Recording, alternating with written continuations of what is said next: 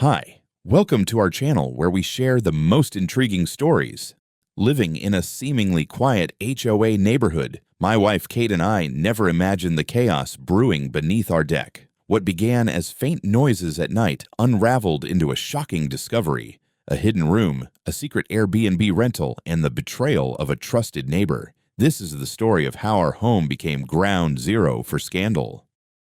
Living in a homeowner association (HOA) neighborhood had always seemed like a mixed blessing to me. On the one hand, the neatly manicured lawns and uniformity gave the area a polished, picture-perfect vibe. On the other hand, the rigid rules and constant oversight from the HOA board often made me feel like I was under surveillance in my own home. But my wife, Kate, had insisted that the stability and rising property values would be worth the trade-off. So here we were, a year and a half into our life in the suburbs of Austin, Texas. The first few months passed uneventfully. The occasional newsletter from the HOA reminded us to keep our grass trimmed and our trash cans hidden, but otherwise, life was peaceful. Our neighbor, Charlie, a charismatic member of the HOA board, often dropped by with a friendly smile and unsolicited advice on everything from paint colors to fence height. He was the sort of person who seemed to know everyone's business, but his charm made it hard to hold that against him. At first,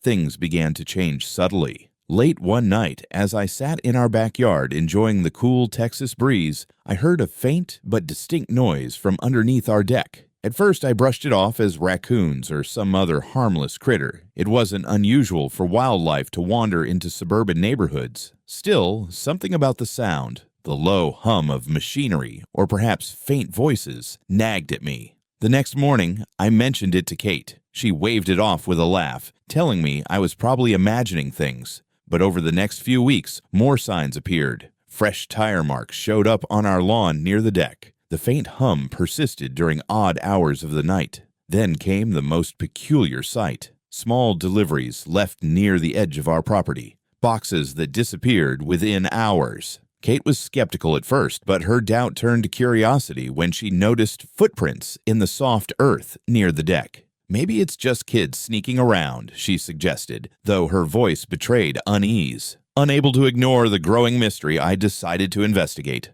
On a warm Saturday morning, armed with nothing but a flashlight and a growing sense of determination, I crouched down to peer under the deck. What I found made my heart skip a beat. Hidden behind the latticework was a seam, a section that seemed to have been cut and reattached, forming what looked like a makeshift door. It was so well concealed that I wouldn't have noticed it if I hadn't been looking closely.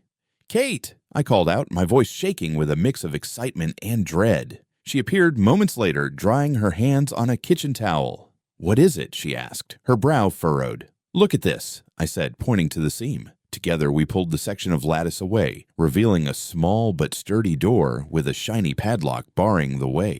This wasn't the work of a careless vandal or a random intruder. This was something deliberate, calculated. "Who would do this?" Kate whispered, her voice barely audible over the pounding in my ears. I didn't have an answer, but one thing was clear: someone had been using our property for their own purposes, and I was determined to find out who and why. I couldn't shake the uneasy feeling that had settled over me as I stared at the padlocked door under our deck. Kate's expression mirrored my own, confusion mixed with a growing sense of violation. Who would go through the effort of building something like this on someone else's property? And more importantly, why? "Call the police," Kate said firmly, crossing her arms. "We need to figure out what's going on."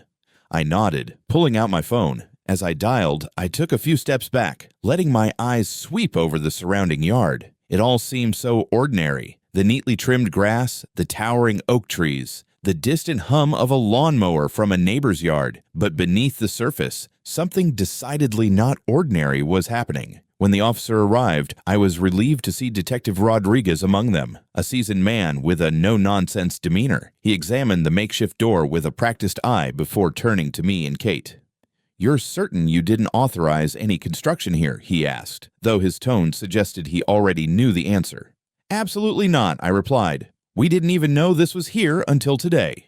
Rodriguez nodded and gestured to one of the officers to start documenting the scene. Then, without much ceremony, he cut through the padlock with a bolt cutter. The door creaked open, revealing a narrow staircase leading down into the dark. "Stay here," Rodriguez instructed as he descended the stairs, flashlight in hand. Kate gripped my arm as we waited, the seconds dragging into what felt like hours. Finally, Rodriguez reemerged, his expression a mix of incredulity and disbelief. "You're not going to believe this," he said, motioning for us to follow him. Reluctantly, we stepped inside. The space beneath our deck had been transformed into a small but fully functional room. The concrete floor was smooth and painted a pale gray. Shelves lined the walls filled with neatly stacked boxes and random household items. A compact bed was tucked into one corner, and in another, a tiny kitchenette gleamed under the harsh light of a single bulb.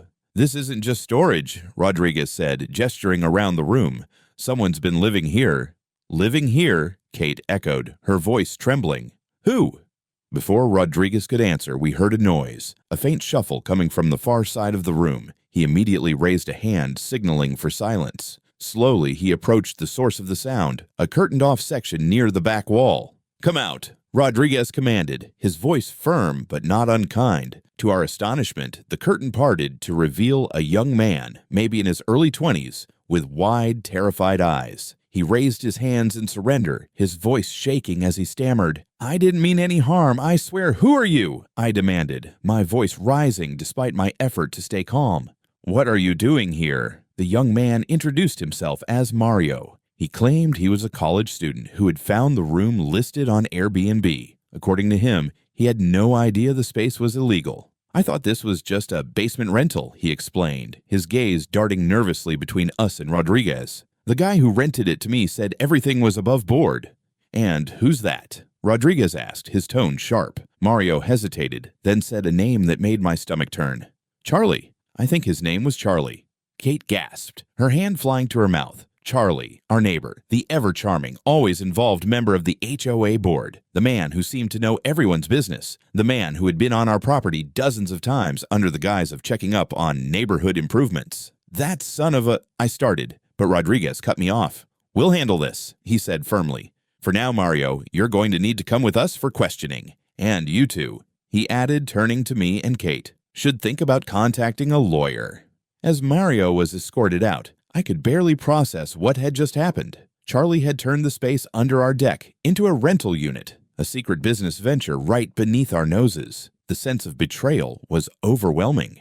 Kate broke the silence. "What do we do now?" I took a deep breath, my anger simmering just below the surface. "We find out how deep this goes, and we make sure Charlie pays for it." I could barely contain my anger as I paced the living room. Kate sat on the couch, her arms crossed tightly across her chest. "How could Charlie do this?" she muttered, shaking her head. "He's been in our home, at our barbecues. He acted like a friend." "Friend?" I snapped. "He used us, Kate. He saw an opportunity and took it. And now we're the ones left cleaning up his mess." Detective Rodriguez had promised to confront Charlie, but I wasn't content to sit and wait. I opened my laptop and started digging into public records. If Charlie had gone so far as to rent out an illegal space under our deck, what else was he hiding? Sure enough, it didn't take long to find discrepancies. Charlie's name popped up in several city permit records, but none of them matched our address. Then I found something even more damning. Multiple listings under his Airbnb profile, including photos of what was clearly the room under our deck. Kate leaned over my shoulder, her jaw tightening as she saw the pictures.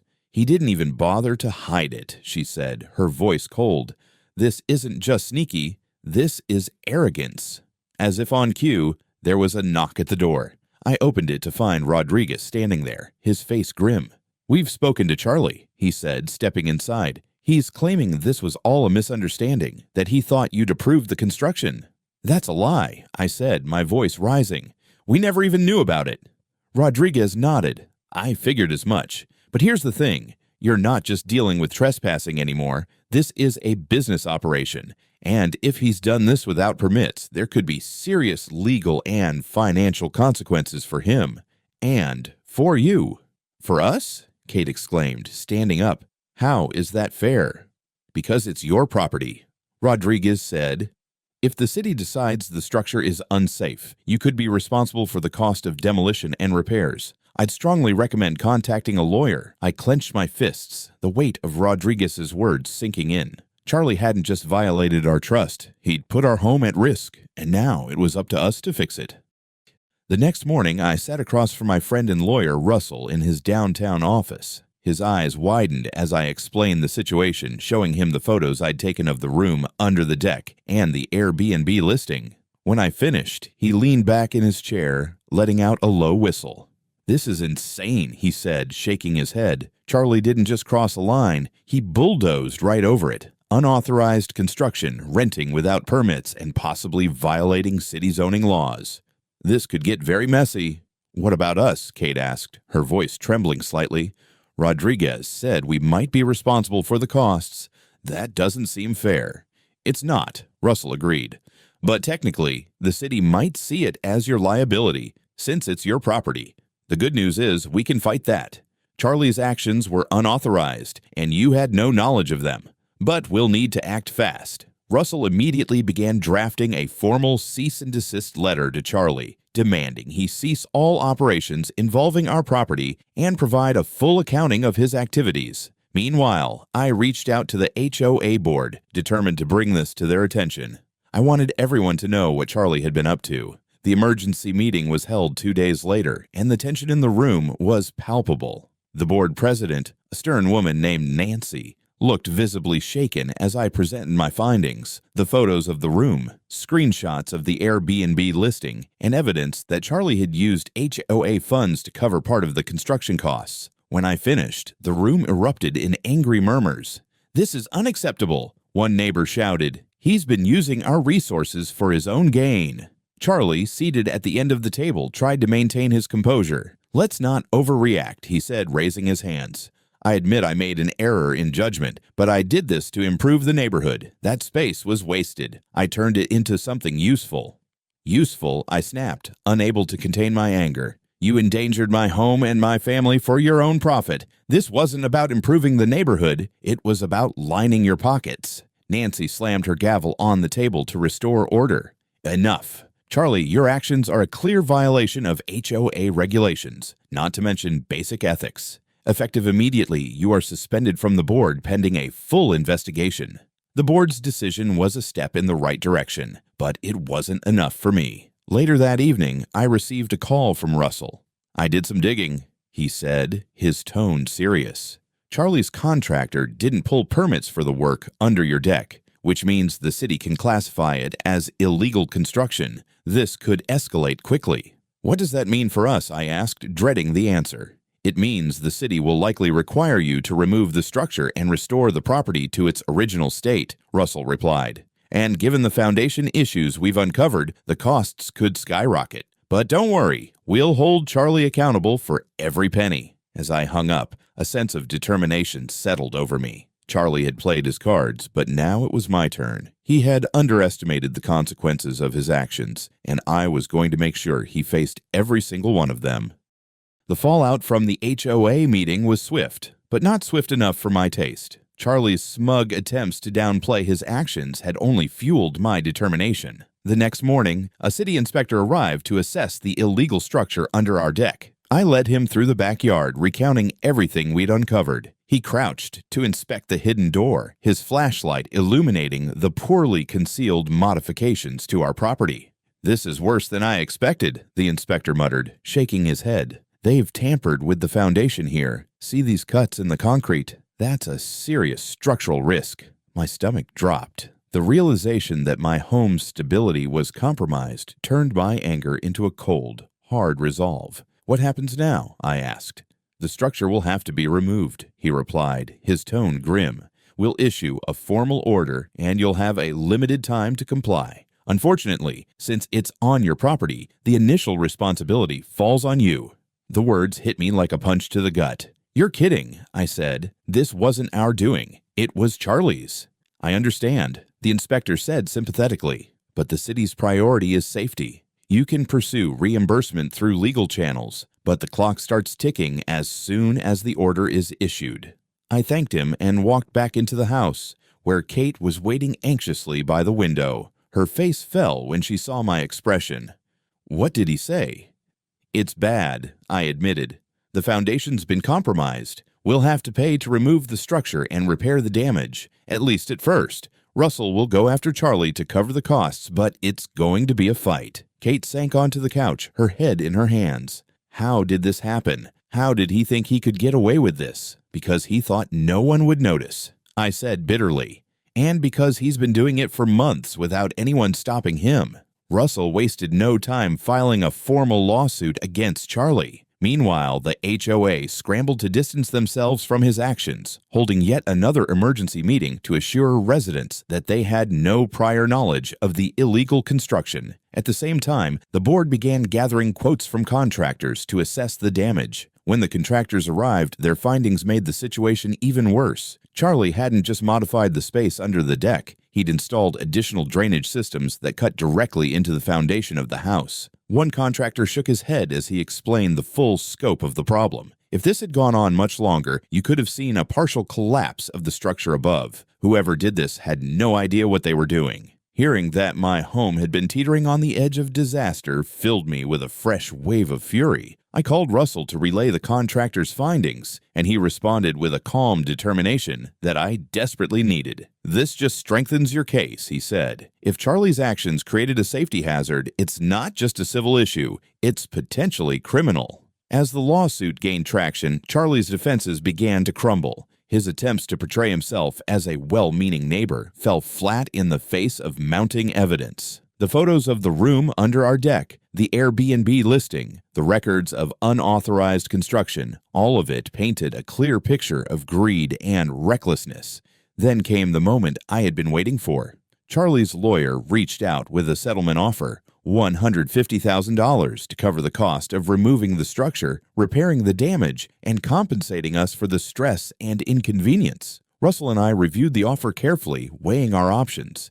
"It's a fair amount," Russell said, "but it's up to you whether to accept it or take this all the way to court." Kate and I talked late into the night. Part of me wanted to drag Charlie through every possible legal consequence to make him pay for what he'd done in the most public way possible. But the other part of me, the part that was exhausted from months of stress and uncertainty, wanted to move on. In the end, we agreed to accept the settlement, with one condition: Charlie would never set foot on our property again. The settlement brought a sense of closure, but the process of repairing the damage was far from over. The contractors worked for weeks to dismantle the illegal structure and shore up the foundation. Watching the debris pile up in our yard, I couldn't help but feel a mix of relief and lingering resentment. My home was finally being restored, but it had come at a steep cost, one that could have been avoided if Charlie had simply respected our boundaries.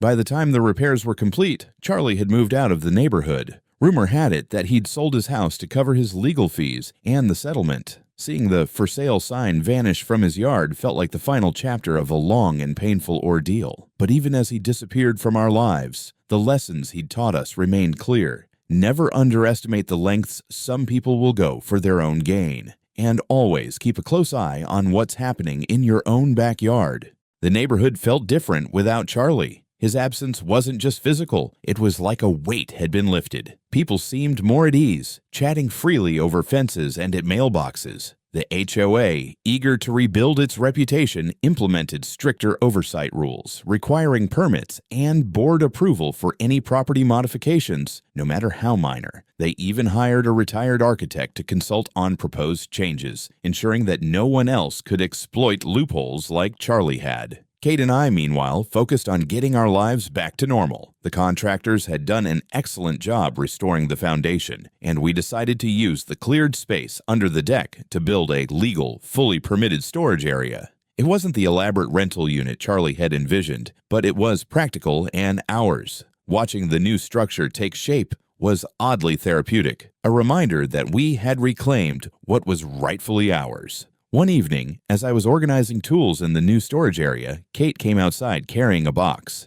"Found this while cleaning out the garage," she said, handing it to me. Inside was one of Charlie's old lawn signs, left behind after one of his many neighborhood campaigns. I laughed despite myself. "Think we should frame it?" In memory of Charlie's short-lived real estate empire.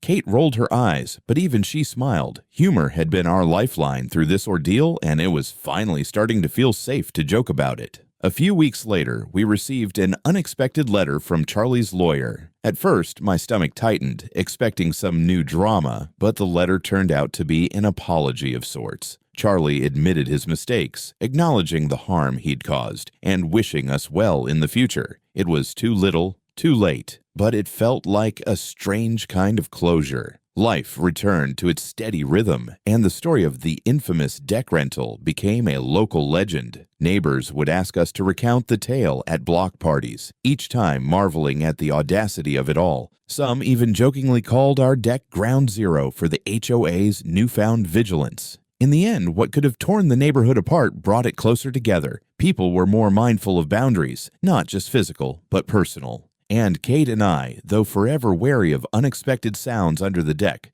felt a renewed sense of pride in our home. We'd been tested and had come out stronger, ready for whatever came next.